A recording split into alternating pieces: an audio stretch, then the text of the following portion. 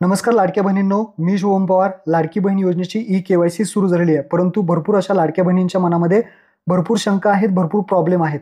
तुमच्या मनामध्ये कोणतीही शंका आता राहणार नाही. तुम्ही तुमच्या मोबाईलमधून, तुमच्या कम्प्युटरमधून किंवा लॅपटॉपमधून कुठूनही केवायसी करू शकता.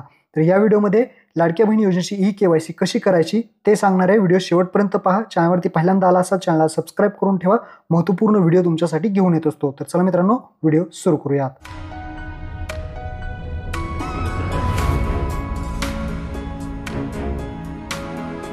तर सर्वात प्रथम तुम्हाला तुमच्या मोबाईलमधून किंवा लॅपटॉपमधून किंवा कम्प्युटरमधून तुम्हाला या वेबसाईटवरती यायचं आहे. ladkibaheen.maharashtra.gov.in या वेबसाईटची लिंक तुम्हाला डिस्क्रिप्शनमध्ये दिलेली आहे. इथं आल्यानंतर इथे एक बॉक्स दिसेल तुम्हाला. यामध्ये पाहू शकता हे ब्लिंक होताना दिसेल. मुख्यमंत्री माझी लाडकी बहीण योजनेचे लाभार्थी जे आहेत ते केवायसी करण्यासाठी इथे क्लिक करा. या ऑप्शनवरती, या बॉक्सवरती क्लिक करायचं आहे. या बॉक्सवरती क्लिक केल्यानंतर तुम्हाला अशा पद्धतीने हे पेज ओपन होईल. ई-केवायसी मुख्यमंत्री माझी लाडकी बहीण योजना. इथे लाभार्थ्याचा जो काही आधार क्रमांक आहे तो टाकायचा आहे. ज्या लाडक्या बहिणीला पैसे मिळतात किंवा ज्यांचे पैसे बंद झाले असेल, जी लाडकी बहीण आहे त्या लाडक्या बहिणीचा इथे आधार नंबर टाकायचा आहे. आधार नंबर जसा तुम्ही टाकाल त्यानंतर खाली कॅप्चा विचारला जाईल. तो कॅप्चा आहे तसा जसा दिसतोय तसा तिथे तुम्हाला टाकायचा आहे आणि त्यानंतर खाली मी सहमत आहे या ऑप्शनवरती टिक करायचे. आता एक गोष्ट लक्षात ठेवा, इथे हे पटकन होईल. सर्व्हर एकदम व्यवस्थित चालतोय कारण मी केवायसी करतोय 4:13 पहाटे. त्यामुळे इथे पाहू शकता, आता मी OTP पाठवावरती क्लिक केलं की इथे OTP जातोय. तर पहाटे हा वेबसाईट जी आहे ती व्यवस्थित चालते, त्यामुळे हा OTP मला गेलेला आहे. आत्ता तुम्हाला सर्व्हर प्रॉब्लेम येऊ शकतो, OTPचा प्रॉब्लेम होऊ शकतो, तर तुम्ही रात्रीचं पहाटे अशा पद्धतीने केवायसी जे आहे ते करून घेऊ शकता. आता OTP आलेला आहे, तर जो काही आधार कार्डला मोबाईल नंबर लिंक आहे त्यावरतीच OTP येणार आहे. लक्षात ठेवा, लाडक्या बहिणीच्या जो आधार कार्डला मोबाईल नंबर लिंक आहे त्यावरती OTP येईल आणि हा OTP सबमिट करा. सबमिट केल्यानंतर आता दुसरा ऑप्शन आलेला आहे ज्यामध्ये वडिलांचा किंवा पतीचा आधार क्रमांक.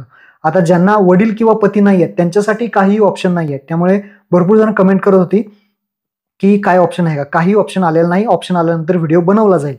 आता वडिलांचा आणि पतीचा, ज्यांना वडील किंवा पती आहेत त्यांचा इथे आधार नंबर टाकायचा आहे. आता कोणाचा टाकणार? आता तुमच्या आधार कार्डवरती वडिलांचं नाव असेल तर वडिलांचा टाका. तुमच्या आधार कार्डवरती हस्बंडचं नाव असेल तर हस्बंडचा टाका. त्यानंतर कॅप्चा विचारलाय. कॅप्चा जो आहे तो आहे तसा इथे टाकून मी सहमत आहे वरती क्लिक करा आणि OTP पाठवावरती क्लिक करा. OTP पाठवावरती क्लिक केल्यानंतर इथे पाहू शकता की OTP गेलेला आहे. आता हे मी सर्व्हरला लोड नसल्यामुळे त्यावेळेस कळत आहे, त्यावेळेस लोड नव्हता त्यामुळे OTP लगेच गेलेला आहे. तुम्हाला सर्व्हरला प्रॉब्लेम येऊ शकतो, OTPला वेळ लागू शकतो. आता इथे पहा OTP आला. OTP टाकायचा आहे.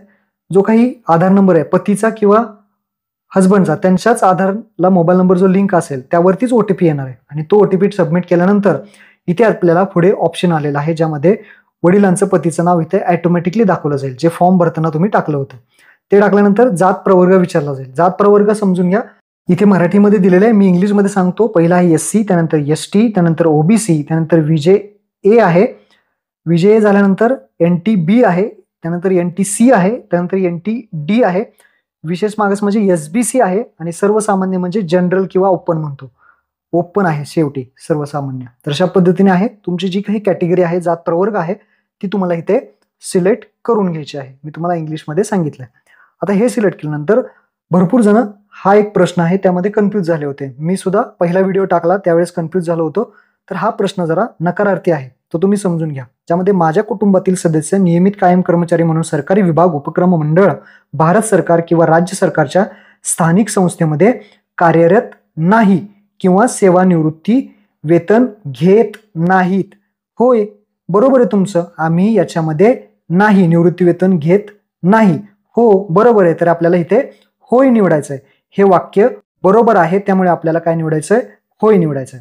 होय निवडल्यानंतर दुसरा ऑप्शन आहे ज्यामध्ये माझ्या कुटुंबातील केवळ एक विवाहित व एक अविवाहित महिला योजनेचा लाभ घेत आहे. हे डिक्लेरेशन आहेत, लक्षात ठेवा. त्यामुळे डिक्लेरेशन हे GR मधले असतात आणि ते GR मधले डिक्लेरेशन आपल्याला होय करावे लागतात कारण आपण हे आपल्याला सगळं मान्य आहे याचा अर्थ असा होतो. ते आपण होय निवडतोय. जर तुम्ही नाही निवडलं तर तुमचा हप्ता बंद होऊ शकतो, लक्षात ठेवा. तर आपण होय निवडले दोन्ही ठिकाणी. त्यानंतर उपरोक्त आणि क्रमांक 2 मध्ये देण्यात आलेल्या जी काही माहिती आहे ती खरी आहे आणि खोटी आढळलीस तर माहिती दिल्या प्रकरणी सक्त कारवाई प्राप्त राहील. तर अशा पद्धतीने हे ऑप्शन आपल्याला टिक करायचे. दोन्ही ऑप्शन आपण होय निवडलेत. त्यानंतर सबमिट करा ऑप्शनवरती क्लिक करा. जसं तुम्ही सबमिट करा या ऑप्शनवरती क्लिक केलं तर इथे पाहू शकता की तुमची ई-केवायसी पडताळणी यशस्वीरित्या पूर्ण झालेली आहे असा एक मेसेज तुम्हाला डिस्प्ले होईल. तर तुमची ई-केवायसी आता झालेली आहे. आता तुम्हाला काही काळजी करायची गरज नाहीये.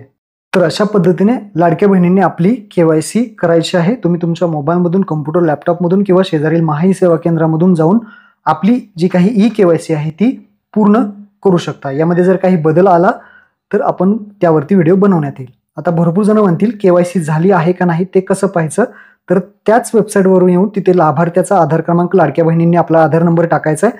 मी सहमत आहे वरती क्लिक करून सबमिट करा म्हणजे OTP पाठवावरती क्लिक केलं तर तुम्ही पाहू शकता की या आधार क्रमांकाची ई-केवायसी प्रक्रिया पूर्ण झालेली आहे.